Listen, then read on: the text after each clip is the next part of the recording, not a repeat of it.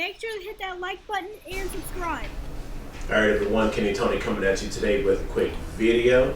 Not really sure how quick it's going to be. Some people have requested that I make my videos a little bit longer, so that's what I might do. But if the material is not there for the video, it's not there. But if it is, we're going to get a little bit longer, right? So, as you see, this box has already been open. I kind of got eager when I came home from work yesterday. I opened up this box because it was sitting on my porch to see what it is. I have a couple things coming, and this is one of them. After I opened the box, saw what it was, I kind of put everything back in the box, and then I said I'm going to open it up for you all. So, I'm going to get that done real quick. First part, we're going to take out rings. So I ordered some beadlocks. So originally I wasn't going to go with the beadlock rims. I was going to use the OEM rims. I was going to powder coat them, do a green lip around them, and then do the rest of it black. But I decided to not do that.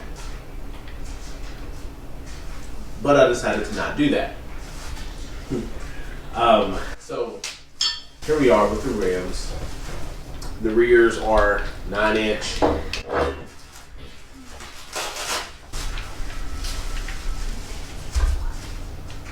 And the fronts are going to be the 10-inch factory size.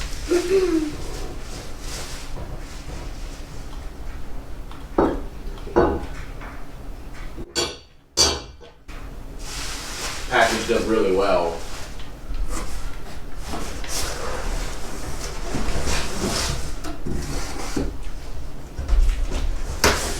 Here are the rear.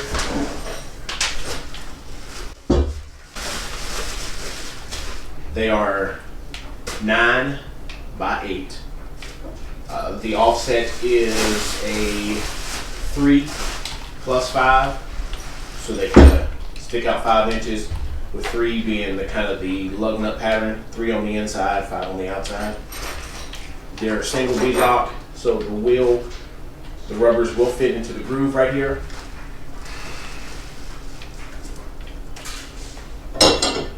And the beadlock will sit on top, lock it in. The mounting hardware is a little separate. I'm just not really used to putting beadlocks on. I had them on my Razor XP4 high lifter, and I think they just threaded into the part here, but these have a little separate clip, so they have a ring, some hardware, and it looks like this goes on the back side. You line up the holes, and it screws in. Why did I decide to go with beadlocks? For the amount of money that I found these for, I found them real cheap off Amazon new. I think about $370. It wasn't really a bad price by any means. They would fit, then I can sell all of my factory ones, make some of that money back. It was a little challenge finding one that was in decent condition to replace the front one. I think it was like $60 to get one rim. So I'll see if I can find some that are a little bit, I can price mine and make some money back off of them. And then the other part was, I wanted to do as much as I can at home. So taking it to a shop isn't really what I wanted to do, to have the beads and the old wheels taken off, and then I would have to repowder coat them and all that, and go back to the shop again at some later point and have them remount them. I didn't want to do that. So hopefully this takes all that out, and we don't have to really worry about that. Or it takes the majority of it out at least. The instructions do tell you how they go on. It tells you about the lockdown. It tells you about the torque specs for the wheels. But I'm going to go ahead and close this wheel back up. Leave it sitting here. The second box are 10-inch front rims. They are a 4 plus 1, so 4 on the inside, 1 on the outside. You can also get these in a 3 plus 2, which is 3 on the inside and 2 inches outside. It has you a much wider offset. But I already am going to be running plus 2 front A arms, and I think that's going to be a little bit overkill. You'll end up having it plus 2 plus 1 is what the front A arms are. And then you'll have a wider offset wheel. I just didn't want to do that. I thought it would be a little bit too much.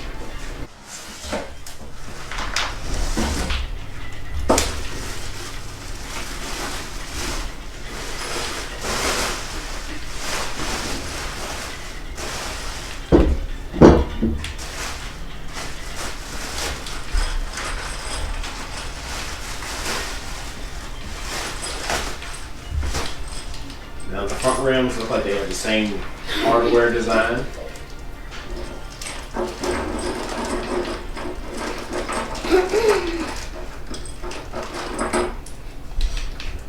The little bracket goes on the back. 10-inch rings in front.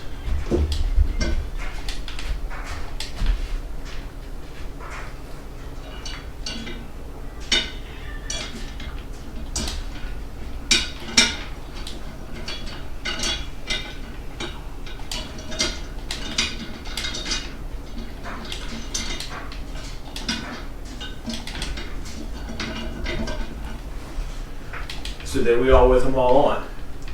This does not conclude this video. What we're going to do is actually get the beadlocks out. We're going to get them sandblasted. In this video, we're going to get them green and cleared. We're going to get the tires put on, at least 2 of them, so we're going to see what this is going to look like. Let's get outside. So here we are, we're out here. I have had this little light bar on top. It gives me some extra light to help me with the blasting so I can see in there. I didn't hook up my vacuum, any of that. It just becomes a little bit too much noise for me, but we're going to quickly get these rings blasted so we can get them ready for powder coat and then get the wheels that we have outside on there. 4 of them going in.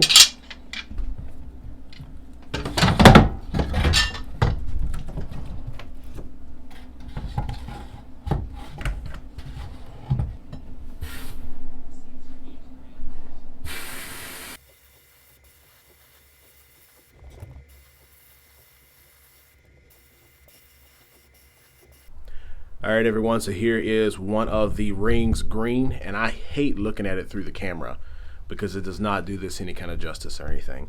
But we sandblasted, got it all scuffed up real good, did the front. Kind of the back really isn't the best. The back still has blue all over it, but it's just going to be the back. So that ring is done, and over here we have 2 that are going to be going into the oven in about 4 minutes that have the clear on them. And it's going to also give it the junior sparkle and be looking good. While we're doing this, I went ahead and did a couple other parts while you all have it ready. So those are the front hubs, the back hubs, the sprocket for the chain, and the sprocket for the brake, disc brake in the back. And we're going to get all those wrapped up in 4 more minutes. All right, everyone, so we have the beadlocks completely done, and if you're going to have the powder out and be doing some powder coating and sandblasting, why not do a couple extra parts over here, right? So I'm just going to give a quick rundown of what we got going over here, what we've done since we've had the powder out.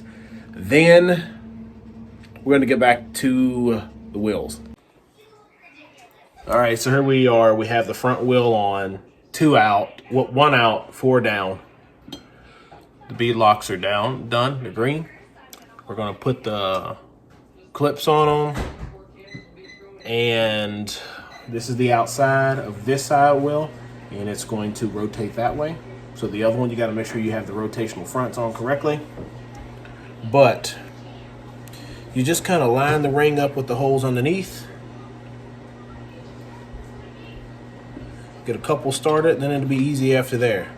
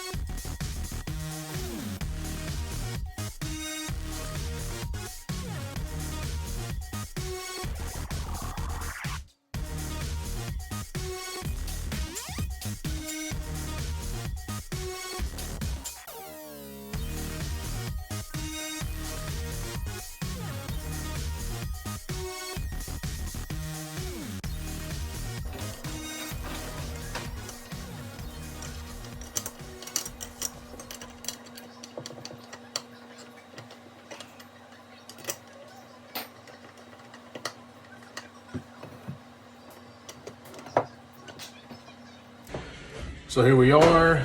We have the bead lock on. We have all the bolts going around. So per the instructions, if you have an 8 to 12 inch wheel, you're supposed to go around at 4 foot-pounds of torque, 3 to 4, and then go back around at 6 to 7. So I went around already once, but I'm just gonna show you all. You kind of go across. So just listen to the that little thunk.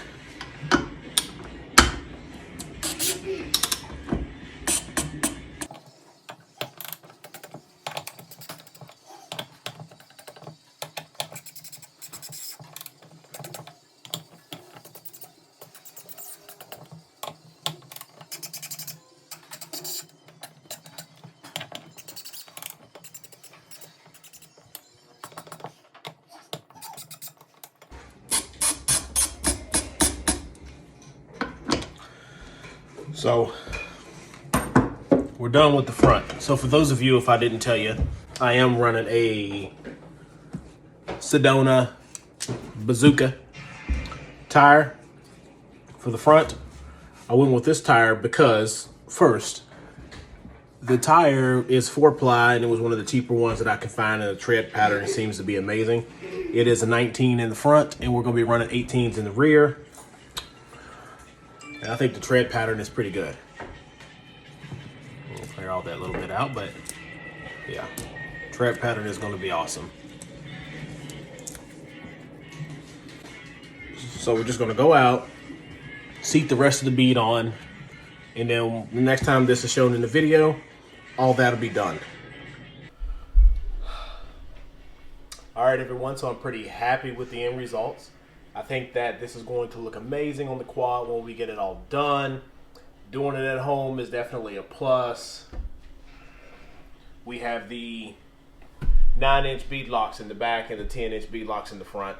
For those of you who are wondering why I went with 9-inch, it was just what I did. So originally I was not planning on going to different rims or beadlocks or anything. I was just planning on using the OEM rims. So the OEM front rims are 10s. And the rears are 9s. So I bought the tires for that. Found a great deal on the beadlocks, decided I'll go ahead and do it. So I wanted to go ahead, I had to go ahead and get beadlocks that were those sizes. So the fronts are 10, 5 wide, and it is a 4 plus 1. So 4 in the back, 1 in the front, and these are going to be run with a +2 front A-arms. The rears are a 9x8 and 9-inch rim, 3 plus 5. So they're going to stick out a little bit more. Also, they're going to be run with the rear wheel spacers. And as you see, mounting them isn't really too bad of a problem. When you put the front wheels on, the low ring, the ring gap is smaller here, so it is a little bit more of a challenge. I actually got the rims, the rubber on the front rims with just one screwdriver, or one little pry bar. And then the rears, nothing. Actually was able to get it on there, slide it, had a little bit of lube on the outside, and it popped right on top. So, follow this series, make sure to hit that like button and subscribe. Plenty of more videos coming, and you saw a couple of the other things that I've gotten done. And as soon as the frame gets here, we're going to start putting this thing back together. This is the end.